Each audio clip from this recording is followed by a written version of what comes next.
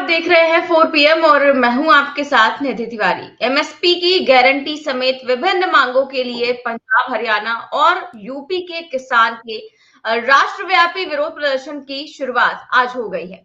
तमाम किसान संगठन दिल्ली की सीमाओं पर जुटना शुरू हो गए हैं, जिनसे निपटने के लिए मोदी सरकार ने काफी तैयारी कर रखी है। बड़ी बड़ी कीले गाड़ रखी है, सीमेंट की दीवारें हैं, बैरिकेडिंग है और तमाम इंतजाम किए गए। लेकिन फिर भी जब किसानों को नहीं रोक सके तो किसानों पर लाठीचार्ज और आंसू गैस के गोले दागे गए। पंजाब के फतेहगढ़ साहिब से निकले हजारों किसानों का जत्था जब हरियाणा के शंभू बॉर्डर पर पहुंचा, तब भारी संख्या में तैनात हरियाणा पुलिस ने आंसू गैस के गोले दागे। इसके चलते हालात तनावपूर्ण हो गए, भगदड़ जैसे हालात बन गए और बवाल शुरू हो गया।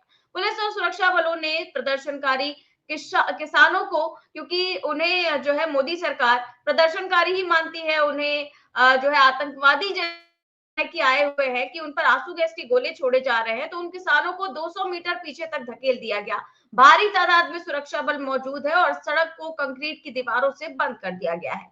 आपको बता दें कि कल रात 5 घंटे 6 घंटे की मीटिंग भी चली किसानों और सरकार के मंत्रियों के बीच, लेकिन वो भी बेनतीजा निकली। उसका भी कोई परिणाम नहीं निकला। ना तो किसानों की बात सरकार ने मानी और ना ही ये जो आंदोलन है वो रुका। और आज जो है 500 ट्रैक्टर ट्रालियों के साथ किसान जो है वो दिल्ली के लिए निकल चुके हैं। वो इस वहीं पर इस आंदोलन पर जो है वो सीजीआई चंद्रचूड़ की टिप्पणी भी सामने आई है। तो तमाम मुद्दे हैं, इन सब चीजों पर बात करेंगे और इस पर हमारे साथ मौजूद है अखिल स्वामी सर। बहुत बहुत स्वागत है आपका। तो आपको दिखा देते हैं पहले वो भाई साइड हो जाए यार प्लीज।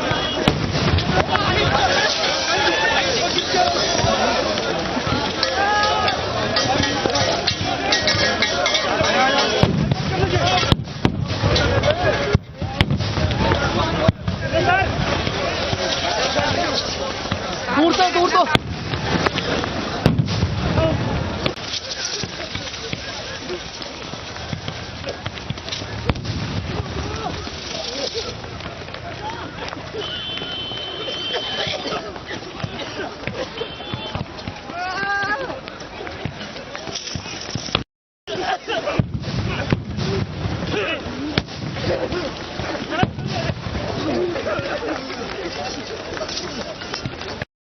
यार कहाँ गया।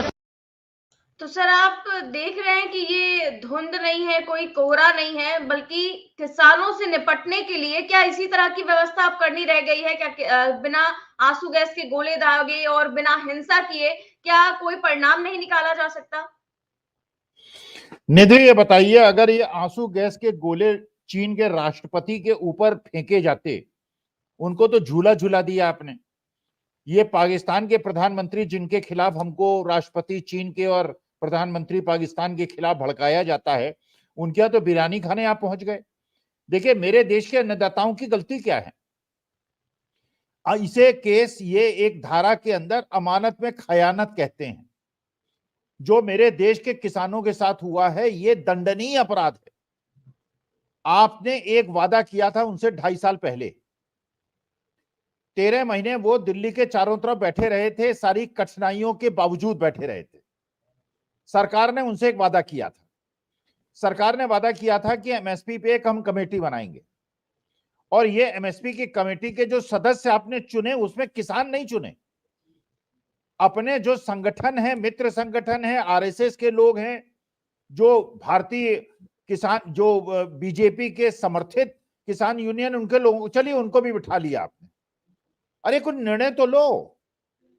आप अन्नदाताओं से कह दो कि एमएसपी नहीं देंगे, अब अन्नदाताओं से कह दो कि एमएसपी देंगे, अन्नदाताओं से कह दो कि एमएसपी इतनी देंगे, इस रेट से बढ़ाएंगे। आप स्वामीनाथन जी को ये भारत रत्न दे रहे हो, और जो एम एस स्वामीनाथन जी की मुख्य संस्तुति थी उसका ध्यान नहीं रख रहे। आप जो बड़े बड़े पूंजीपतियों हैं उनके 20-25 लाख करोड़ आप माफ कर सकते हो, अन्नदाताओं के पैसे आप माफ नहीं कर सकते। देखिए, देश को ये लोग अलगाववाद की तरफ बढ़ा रहे हैं। जिस प्रकार से कर्नाटका के अंदर, तमिलनाडु के अंदर, तेलंगाना के अंदर, आंध्र प्रदेश के अंदर ये फीलिंग आ रही है कि साउथ को ये लोग काट रहे हैं, अब ये हमारे हरियाणा और पंजाब को ये मैसेज दे रहे हैं कि हम आपके विरुद्ध हैं, आप युद्ध। अरे आप सोचिए निधि, कल्पना कीजिए, जो पुराने समय में महाभारत का युद्ध हुआ था, हम कल्पना करते हैं किस प्रकार का युद्ध हुआ होगा। एक सेना इधर खड़ी है, एक सेना उधर खड़ी है, वो बाण चला रहे हैं, वो भाग रहे हैं, फिर वो बाण चला रहे हैं, ये भाग रहे हैं। अरे ऐसी सुरक्षा व्यवस्था जरा बांग्लादेश के बॉर्डर पे कर दो। जो कहते हो कि वहां से रोहिंग्या आ गए, रोहिंग्या आ गए, एक रोहिंग्या नहीं निकाल पाए और रोहिंग्या के नाम पे इलेक्शन जीत लिया। पाकिस्तान के अंदर रोज जो कश्मीर के अंदर आके वो आत्मघाती घटना कर देते हैं, हमारे वीर जवानों की शहादत हो जाती है, उसको नहीं रोक पाए। रोक किसको रहे हो? रोक उस अन्नदाता को रहे हो जिसने कोविड पीरियड में भी 3.5% की एग्रीकल्चरल ग्रोथ दी थी। दुश्मनी आप गरीब किसानों से, ट्रक ड्राइवर से, बस ड्राइवर से निकाल रहे हो। पूंजीपतियों से आपका बड़ा मित्राना है, बड़ा दोस्ती है। उनके साथ चार्टर्ड प्लेन पे उड़ते हो, आप उनके साथ 5 स्टार होटल में बैठ के खाना खाते हो। जब चीन जाते हो, अमेरिका जाते हो, उनको ले जाते हो अपने साथ। जब भगवान श्री राम की मंदिर की प्राण प्रतिष्ठा हो जाती है, वहां बड़े बड़े पूंजीपतियों को ले जाते हो, फिल्मी कलाकारों को ले जाते हो। और ये किसान जिनके कपड़ों से पसीने की और एक मेहनत की बदबू आती है, खुशबू आती है, उससे आपको बदबू आती है, शर्म नहीं आती आपको? हिंदुस्तान के अपने को बड़े नेता कहते हो। आपने इन अन्नदाताओं के साथ अमानत में खयानत की है, आपने इनके साथ धोखा किया है। और इन अन्नदाताओं से मेरा निवेदन है, बिल्कुल शांतिपूर्वक ढंग से। ये रोड ब्लॉक्स किसने क्रिएट किए हैं, निधि बता दीजिए। अब ये प्रोपेगेंडा चालू हो गया है व्हाट्सएप पे, किसानों ने रास्ता जाम कर दिया है, जबकि रास्ता जाम पुलिस ने किया है। किसानों ने तो अभी कुछ किया ही नहीं है। आप उनकी आंखें फोड़ रहे हो, उनकी आंखें खराब कर रहे हो। आपने ऐसी व्यवस्था कर दी है कि जैसे आप उनको जो है पाकिस्तानी और चीनी सेना के साथ जो व्यवहार होना चाहिए। सड़क पे चलने से आप कैसे रोक सकते हो अन्नदाता को, किसान को? क्या केवल यहाँ सूट बूट पहनने वाले और टाई लगाने वाले और मर्सिडीज और ऑडी में चलने वालों का अधिकार है, किसानों का दिल्ली नहीं है? ये दिल्ली क्या, तो ये दिल्ली सबसे पंगा क्यों ले रही है? केरला से पंगा ले रही, केरला वाले कह रहे हैं कि हमको पैसा नहीं मिल रहा, हमारा जो भुगतान हो रहा है। वेस्ट बंगाल वालों से, बंगालियों से पंगा ले रहे हो, कर्नाटका वालों से पंगा ले रहे हो, तेलंगाना से पंगा ले रहे हो। अरे हरियाणा में तो तुम्हारी सरकार है। अच्छा, हरियाणा और पंजाब के बीच में आपने बॉर्डर को क्यों सील कर दिया? हरियाणा आने से क्या वो हिंसा कर रहे हैं? हिंसा कर रहे हैं, जो हिंसा कर रहे हैं उनको जेल भेज दो। और अगर उनके अंदर कोई गलत तत्व है तो आइडेंटिफाई करना किसका काम है? पुलिस का काम है। आइडेंटिफाई कर लो, उन्हें अरेस्ट कर लो। जो केरला कर्नाटका से ट्रेन के अंदर चल रहे थे किसान दिल्ली की तरफ, उनको पहले तो कहते हैं, अभी कल मैं मुख्यमंत्री को सुन रहा था हरियाणा के, वो कहते हैं ट्रैक्टर से मत चलिए, ट्रेन से आइए। कर्नाटका केरला के लोग ट्रेन से चले, भोपाल के अंदर उनको अरेस्ट कर लिया गया। जो मध्य प्रदेश के बहुत बड़े किसान नेता है कक्का जी, उनको मध्य प्रदेशी में अरेस्ट कर लिया गया। तो आप जो है ये देश में क्या बिल्कुल महात्मा गांधी का जमाना, अंग्रेजों की दमन प्रक्रिया, उसके दौर में ले जाना चाहते हो? जिस देश को आजाद कराने के लिए लाखों करोड़ों लोगों ने कुर्बानी दी है, और इस देश को आजाद कराने के लिए यहां ऐसे दृश्य आपको नहीं पता होगा। केरला के अंदर पट्टम थानू पिल्लई की एक गवर्नमेंट थी, 2 लोगों को केवल मौत हुई थी गोली चलने से पुलिस की, और उस सरकार को गिरा दिया था डॉक्टर लोहिया ने। अरे लोकतांत्रिक देश में अपने देश के अन्नदाता को, अपने देश के अभिन्न अंग को देश का दुश्मन क्यों बना रहे हो? एक तरफ बेटों को खड़ा कर दिया है ये आर्मी और पुलिस वाले, जो किसानों के बेटे हैं, ये बंदूक लेके और तोप लेके खड़े हुए हैं, और दूसरी तरफ हमारे अन्नदाता हैं जो दिल्ली जाना चाहते हैं, वो कहते हैं हमें पीसफुल प्रोटेस्ट करने दो। अरे रामलीला ग्राउंड में स्वामी रामदेव ने पीसफुल प्रोटेस्ट किया था, फिर उन्होंने सब लोगों को बुलाने का आह्वान किया, डंडा पड़ा और वो सलवार सूट पहन के भाग गए, औरतों के सलवार सूट पहन के भाग गए। अरे दाढ़ी थी तो पकड़े जाते यार, दाढ़ी कटवा लेते तो तब भी हो सकता था निकल जाते। मतलब इस प्रकार का अन्याय मैं कल्पना नहीं कर सकता एक लोकतांत्रिक देश में, महात्मा गांधी और पंडित जवाहरलाल नेहरू के देश में, जिसमें देश को आजादी ही इस प्रकार के सत्याग्रह से मिली है। और आपने उनसे वादा किया था, आपने कहा था कि 3100 रुपए में धान खरीदेंगे, 2600 रुपए में गेहूं खरीदेंगे, 450 में सिलेंडर देंगे। अरे मतलब यह है कि आप जो है हर वादे से मुकर जाओ और वही है ना, जबरा मारे और रोने भी न दे। उन्हें मारोगे भी और रोने भी नहीं दोगे। अडानी जी सारा गेहूं चावल खरीद लें और फिर जनता को 10 गुने दाम पे भेजें, वो आपको अच्छा लगता है। आपके गुजराती मित्र खाएं, हरियाणा, पंजाब, उत्तर प्रदेश वाले न खाएं। खैर उत्तर प्रदेश वालों तो अपना अलग मूड में रहते हैं, उनको किसी अपने धंधे रोजगार से लेना देना नहीं है। वो तो अपना बस कट्टे लहराने में और डंडे वंडे लेके दूसरे धर्म स्थलों में नाचने में उनको डीजे में मजा आता है। लेकिन पंजाब, हरियाणा और मध्य प्रदेश और कर्नाटका और केरला के किसानों से इस प्रकार का अत्याचार लोकतांत्रिक देश में शोभनीय है क्या? बिल्कुल सर, और आप देख रहे हैं कि सीजीआई चंद्रचूड़ के पास ये मामला जो है वो पहुंचा था, और ये नहीं कि आंदोलन को बंद करवाने के लिए। सुप्रीम कोर्ट बार एसोसिएशन ने चीफ जस्टिस डीवाई चंद्रचूड़ को पत्र लिखकर किसानों के दिल्ली चलो मार्च को स्वतः संज्ञान लेकर एक्शन लेने का अनुरोध किया है। बार एसोसिएशन ने सीजीआई चंद्रचूड़ से अनुरोध किया है कि किसानों के विरोध प्रदर्शन के कारण आज जो वकील कोर्ट में पेश ना हो पाए, उनके खिलाफ कोई प्रतिकूल आदेश पारित ना किया जाए। यानी कि जो वकील है वो ये अनुरोध कर रहे थे कि हम अगर किसानों के आंदोलन के चलते देर से पहुंचे तो जो कार्रवाई ना की जाए। तो इस पर जो सीजीआई चंद्रचूड़ ने टिप्पणी की है वो बेहद अहम है। इस पर जो है सुप्रीम कोर्ट ने संज्ञान ले लिया है, और डीवाई चंद्रचूड़ ने इस मामले पर संज्ञान लेते हुए कहा कि अगर किसी भी वकील को आवाजाही की दिक्कत हो रही है तो हम उस हिसाब से समय में बदलाव करेंगे। यानी कि वो कह रहे हैं कि हम समय में बदलाव कर देंगे, लेकिन किसान जो है वो अपना आंदोलन करते रहे। वो एक तरह से उन्होंने सपोर्ट ही किया है कि जो है किसानों का आंदोलन, क्योंकि वो अपने हक के लिए लड़ रहे हैं, तो वो चलता रहेगा, हम वकीलों के समय में बदलाव कर देंगे। क्या कहेंगे सर, ये जो उनका रिएक्शन है ये काफी सही है किसानों को लेकर? देखिए, आपने सुना होगा वकीलों की प्रेस कॉन्फ्रेंस, जिसमें सुप्रीम कोर्ट के बड़े बड़े लॉयर्स बैठे थे। लॉयर्स ने यह कहा प्रेस कॉन्फ्रेंस में कि पिछली बार अन्नदाता के आंदोलन में हमने पार्टिसिपेट नहीं किया। उन्होंने बताया 10,000 वकीलों का जत्था हमने तैयार किया है दिल्ली के अंदर, जो जब किसान अगर दिल्ली के अंदर घुस गए, ये लोग उनके सामने खड़े हो जाएंगे दीवार बन के। क्योंकि ये देखिए, मैं अगर अपने देश के मिट्टी के प्रति ऋणी हूं, उतना ही ऋणी इन अन्नदाताओं। मैं तो देखिए गांव में रहा नहीं, मैंने कभी खेती की नहीं, लेकिन मैं महसूस कर सकता हूं ये लोग कितनी तपस्या करते हैं। ये तपस्वी लोग हैं, और इन तपस्वी लोगों की तपस्या को किस प्रकार से ये लोग अपमानित कर रहे हैं। तो वकीलों ने ये कहा कि हम लोग जिस प्रकार से हम सपोर्ट करेंगे और इनको कानूनी पहल भी देंगे। उन्होंने ये भी कहा, जो मैंने भी कल आपके कार्यक्रम में कहा था, निधि, सड़क को खोदना, सड़क में अवरोध पैदा करना दंडनीय अपराध है, और ये पुलिस कर रही है। आप बताइए, क्या पुलिस कानून से ऊपर है? अगर कानून में लिखा है कि आप उसमें तार नहीं बिछा सकते, अवरोध नहीं पैदा कर सकते, उसको नहीं तोड़ सकते, उसको नहीं खोद सकते, तो जो भी करेगा दंड का अपराधी होगा। एक सामान्यजन्य कर दे उसको तो 10 साल की जेल दे देंगे आप। और खुद पुलिस कर रही है, एडमिनिस्ट्रेशन खुद कर रहा है, सड़क खोद रहा है। हमारे टैक्स पेयर के पैसे से बनी हुई सड़कों को पुलिस खोद रही है।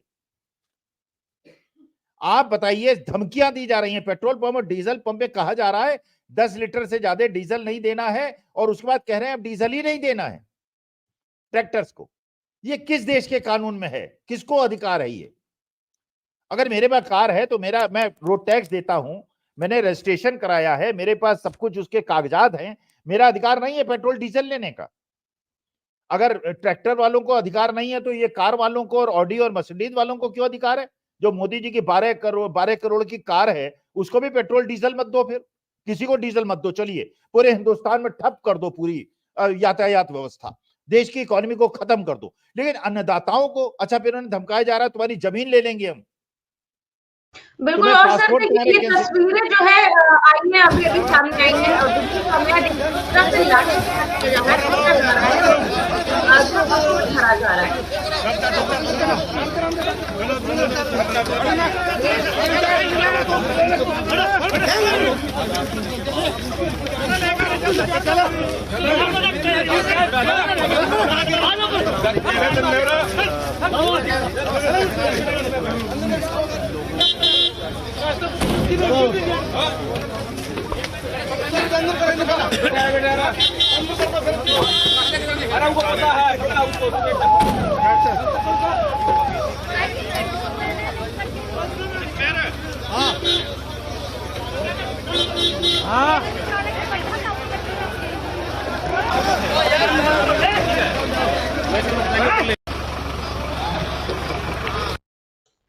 तो आप देखिए सर कि कैसे ये हरियाणा बॉर्डर है और जो है यहाँ पर डिटेन किया जा रहा है जो भी किसान है उनको, और जो शांतिपूर्वक आगे बढ़ रहे थे किस तरह की कार्रवाई उनके खिलाफ की जा रही है। और ये देखिए जो टेक्नोलॉजी की बहुत बात की जाती है उसी टेक्नोलॉजी से आपके जो है बरसाए जा रहे हैं लोग।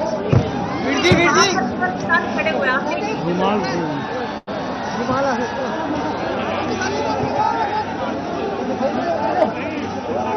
ये निधि, ये वास्तविकता में देश को उत्तेजित कर रहे हैं। देश बिल्कुल चाहता है देश के अंदर शांति बनी रहे, सरकार और किसानों के बीच में वार्ता हो, वार्ता से हल निकले। लेकिन जो 2-2.5 साल पहले आपने वार्ता की थी, आश्वासन दिया था, उसका क्या हुआ? 20 साल तक वार्ता चलेगी क्या? कह दीजिए एमएसपी नहीं देंगे, कह दीजिए कि आपका जब अन्न जो है वो कम दाम पे होगा, अडानी खरीद लेगा, अपने गोडाउन में भर देगा, और जब दाम बढ़ जाएंगे तो बेच देगा। जब दाम बढ़ेंगे तो आयात कर लेगा अडानी, मार्केट को फ्लड कर देगा, आपके दाम नहीं मिल। अरे अगर इसी प्रकार से अन्नदाताओं का शोषण होना है तो बता दीजिए ना कर दीजिए, एमएसपी नहीं देंगे कह दीजिए। लखीमपुर खीरी में किसानों के ऊपर जिसने जीप चढ़ाई थी वो आज तक मंत्री उसका पिता है या नहीं?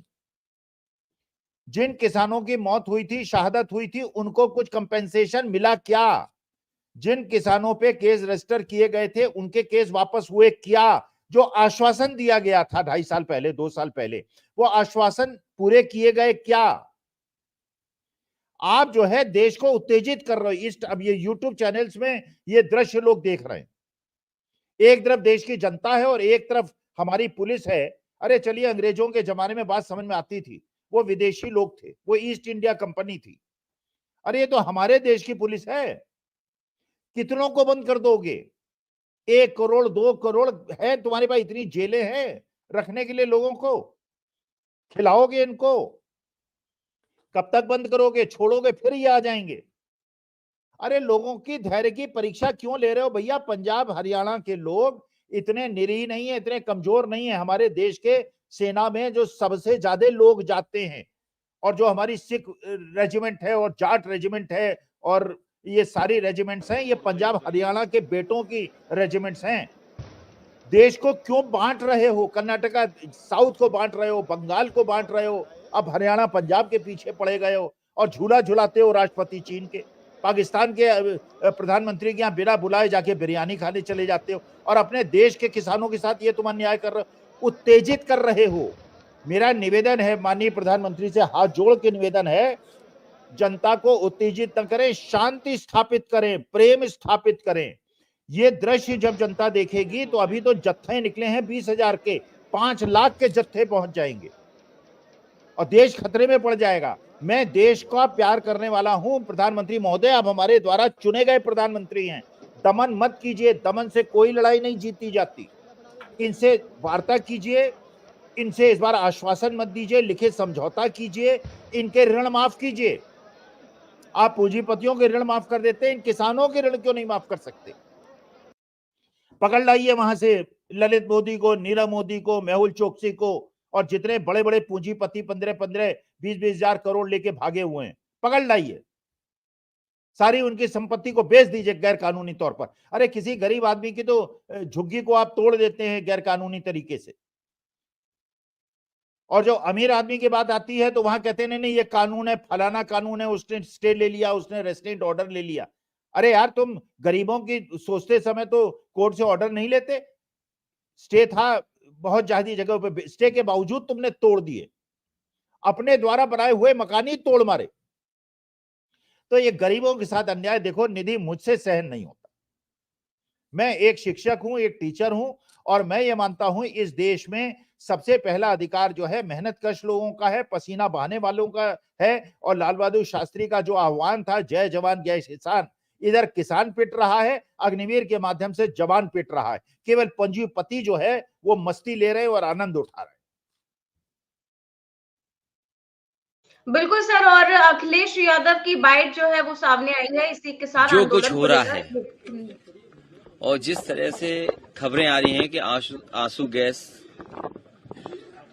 और उससे पहले किसानों को रोकने के लिए, आंदोलन को खत्म करने के लिए कीलों से लेकर के न जाने क्या क्या दीवारें तक खड़ी की गई, और प्रशासन के माध्यम से जो सरकार कर सकती थी वो सरकार कर रही है।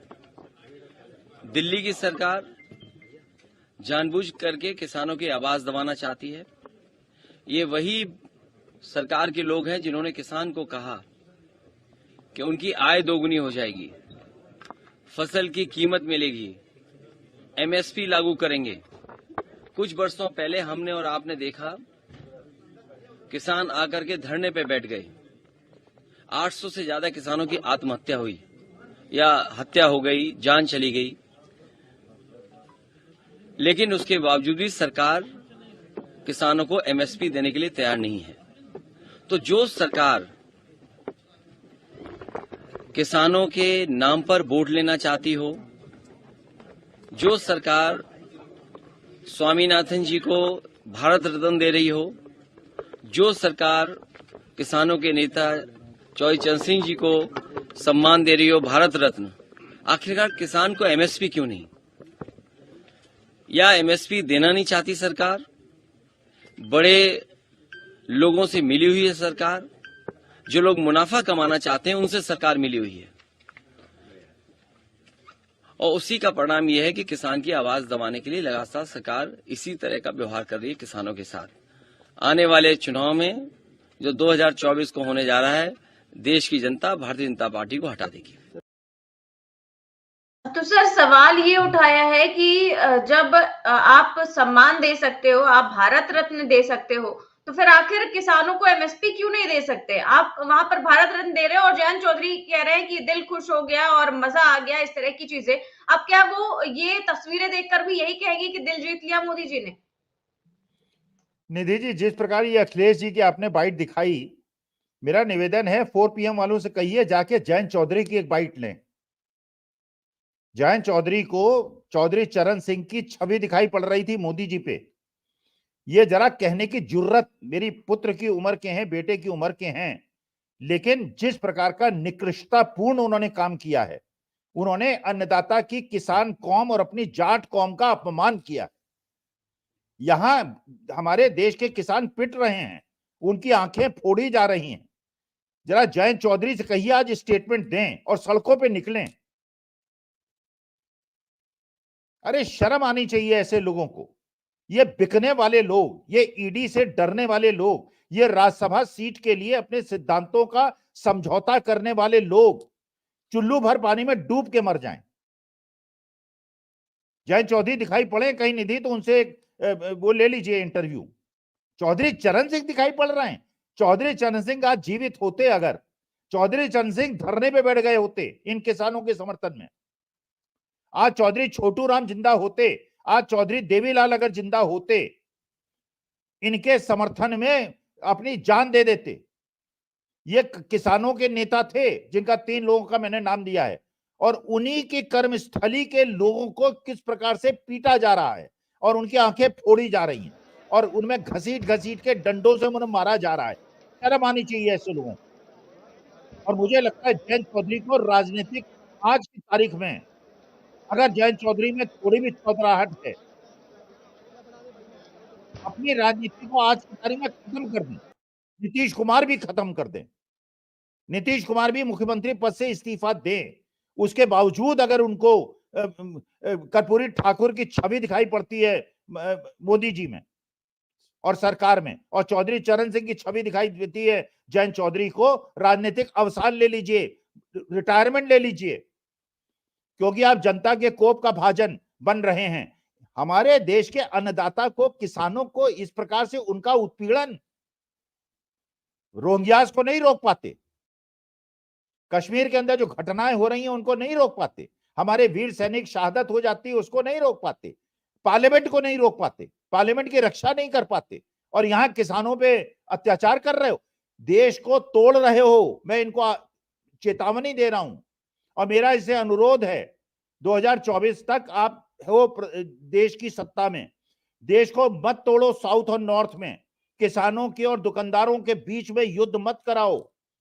ये अन्नदाता, ये जो देखेंगे लोग सारे, मैं चैनल सुबह से देख रहा हूं, उत्तेजना बढ़ रही है लोगों के अंदर, उत्तेजना बढ़ रही है, जनता को परेशान कर रही है सरकार। इनको बुलाएं, इनके नेताओं को, एमएसपी पे आज शाम तक डिसीजन ले लें, अन्नदाता अपने खेतों में वापस चले जाएं, कन्फ्रंटेशन को रोका जाए, देश को टूटने से रोका जाए। और सर आपने देखा कि किसान आंदोलन जब पहला हुआ था तो किस तरह की तस्वीरें थी, आप देख रहे थे कि पूरे एक साल तक किसान डटे रहे थे, वहां पर सैकड़ों किसानों की मौत भी हो गई थी, कितने लोग जो है नुकसान पहुंचा था उनको, और आम आदमियों को भी परेशानी हो रही थी। और तो क्या देश अब उसी दिशा में फिर से जा रहा है, क्योंकि फिर से जो सरकार है उसी तरह का रवैया अपना रही है, कोई बातचीत नहीं, कोई समझौता नहीं, सीधे आंसू गैस के गोले दागो, उन पर पथराव करो या फिर लाठी चार्ज करो, उनको जेल में डालो, लेकिन उनकी समस्या का समाधान नहीं करना है। तो क्या फिर से देश उसी दिशा में जा रहा है? नहीं नहीं निधि, देखिए पिछली बार की और इस बार में अंतर है। पिछली बार आंदोलन पहली बार इतना बड़ा हुआ था, किसान डटे रहे थे, माफी मंगवाने पे मजबूर कर दिया था, लेकिन जो कृषि कानून थे वो सस्पेंड हुए थे, खत्म नहीं हुए थे। उस बार उसके बाद चलिए कुछ लोगों ने धोखा दे दिया, कुछ दलाल लोग बैठे हुए थे जो करोड़ों रुपए लेके उन्होंने अपनी ईमान को बेच दिया था, समझौता करा दिया था। 2.5 साल हो गए, अब की बार समझौते पे अमल नहीं हुआ है 2.5 साल से। वार्ता हुई है, कल भी वार्ता हुई है अंबाला के अंदर। अरे जब वार्ता हुई है और वार्ता में अब क्या हल निकलेगा भाई? 2.5 साल में अगर तुम निर्णय नहीं ले पाए तो निर्णय लो, या तो कह दो एमएसपी नहीं देंगे। अच्छा, जो एमएसपी देते हो उसमें सारी फसल खरीद लो आप। 6% लोगों की फसल खरीदी जाती है एमएसपी में।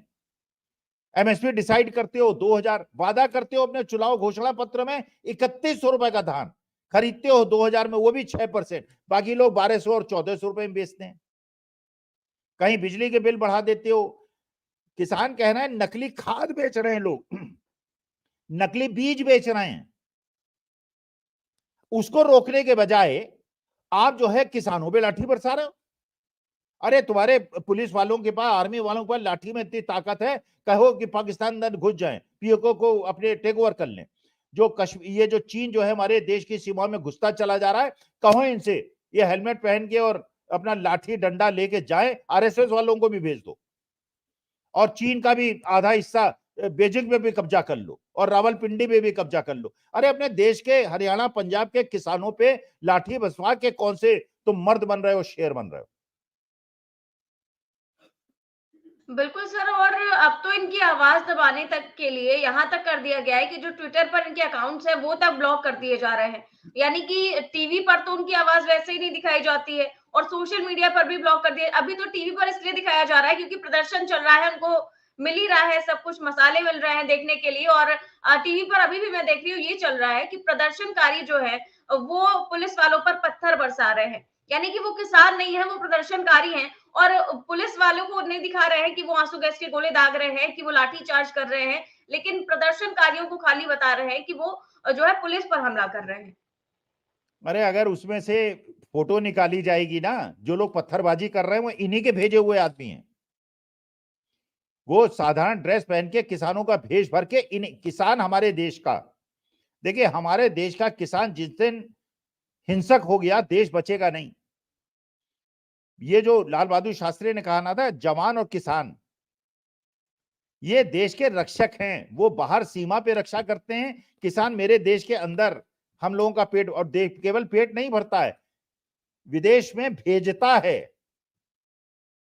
और उसको ये लोग आतंकवादी और खालिस्तानी, अभी तो देखिए पता नहीं क्या क्या कहेंगे ये।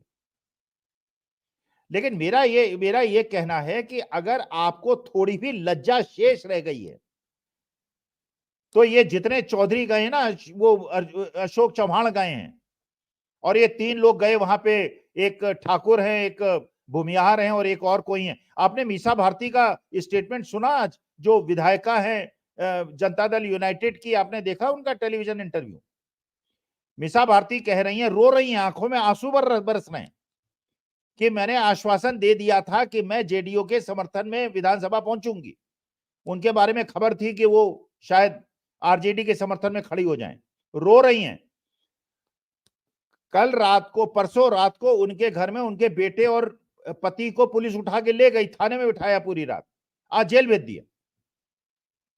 और कह रही है कि मैं उस क्षेत्र की हूं, जात की हूं, कि मेरे साथ बदला लिया जा रहा है। कहीं आदिवासियों में पेशाब कर देते हैं, कहीं जो हरिजन दलित हैं उनको जीप से मान के पीट सम्राट देते। चौधरी ने तो कहा ही था सर कि हम एक एक कर सबका इलाज करेंगे, और वो इलाज करना शुरू भी हो गया है। नहीं यार, तो देश का यार, तो पाकिस्तान चीनियों पे इलाज करो ना, रोहिंग्यास पे इलाज करो ना। ये रोहिंग्या है क्या? सारे हिंदू और सिख हैं इसमें।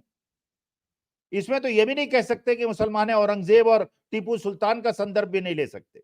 अरे तो सब गुरु नानक की और गुरु गोविंद सिंह की संतानें हैं ये।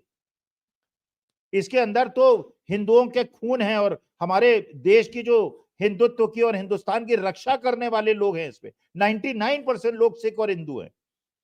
आप सिखों को नाराज कर रहे हो, आप हिंदुओं को नाराज कर रहे हो, और राम मंदिर की प्राण प्रतिष्ठा में कैटरीना कैफ को ले जाते हो, वहां सफाई बना देते हो अयोध्या को। अरे अयोध्या को तो अयोध्या रहने दो। ये हिंदू विरोधी लोग हैं भाई। ये मैं इसीलिए नाम के सामने मैंने सनातनी लगाया है।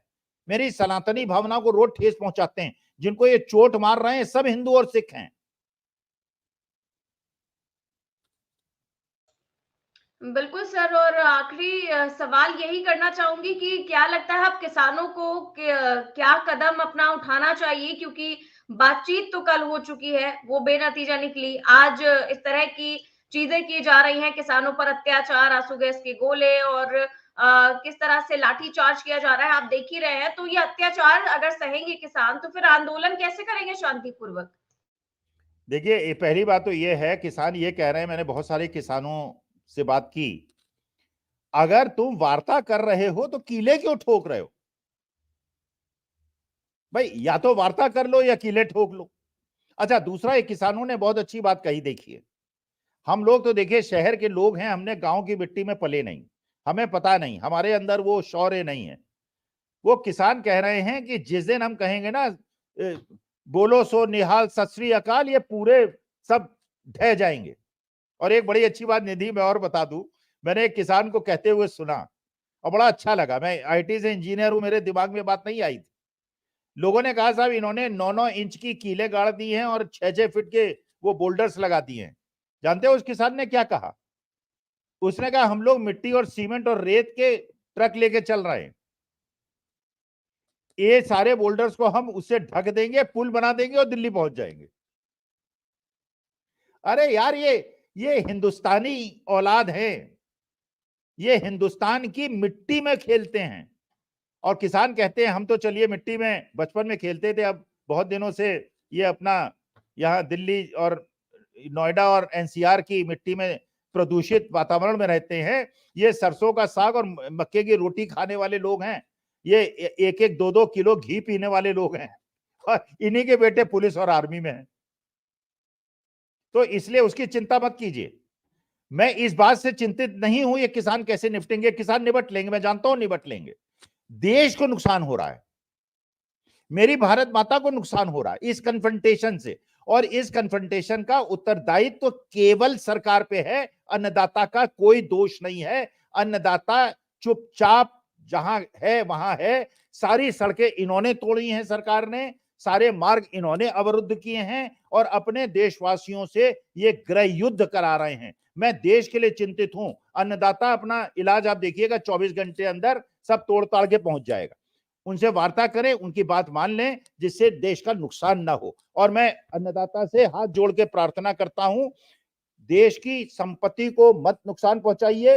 हाँ, जो इन्होंने सड़कें तोड़ी है उसको बना दीजिए और दिल्ली पहुंच जाइए, और दिल्ली के अंदर अपना शांतिपूर्ण आंदोलन कीजिए। और माननीय मोदी जी से प्रार्थना करता हूं इनके मांगों को मान लीजिए। बिल्कुल सर, बहुत बहुत शुक्रिया सर आपका इस चर्चा में भाग लेने के लिए और इतनी सार्थक चर्चा के लिए। तो आप देख रहे हैं कि किसान जो है लगातार आगे बढ़ रहे हैं, और जो पुलिस है उन पर आंसू गैस के गोले दाग रही है, तो कहीं पर पत्थरबाजी हो रही है, तो कहीं पर लाठीचार्ज हो रहा है। लेकिन जिस तरह की तस्वीरें निकलकर सामने आ रही हैं, आप देख रहे हैं कि किसानों पर इस तरह के अत्याचार किए जा रहे हैं, जबकि वो हमारे देश के किसान हैं, हमारे अन्नदाता हैं। कहीं से भी ऐसा नहीं लग रहा है। ऐसा लग रहा है कि आतंकवादी घुस गए हैं, उन पर इस तरह की क्रूर कार्रवाई की जा रही है। फिलहाल हम आगे भी आपसे जुड़े रहेंगे और अपडेट्स देते रहेंगे। कैसी लगी आपको ये चर्चा, हमें कमेंट बॉक्स में जरूर बताएं। चैनल को सब्सक्राइब करें और ज्वाइन भी करें। नमस्कार।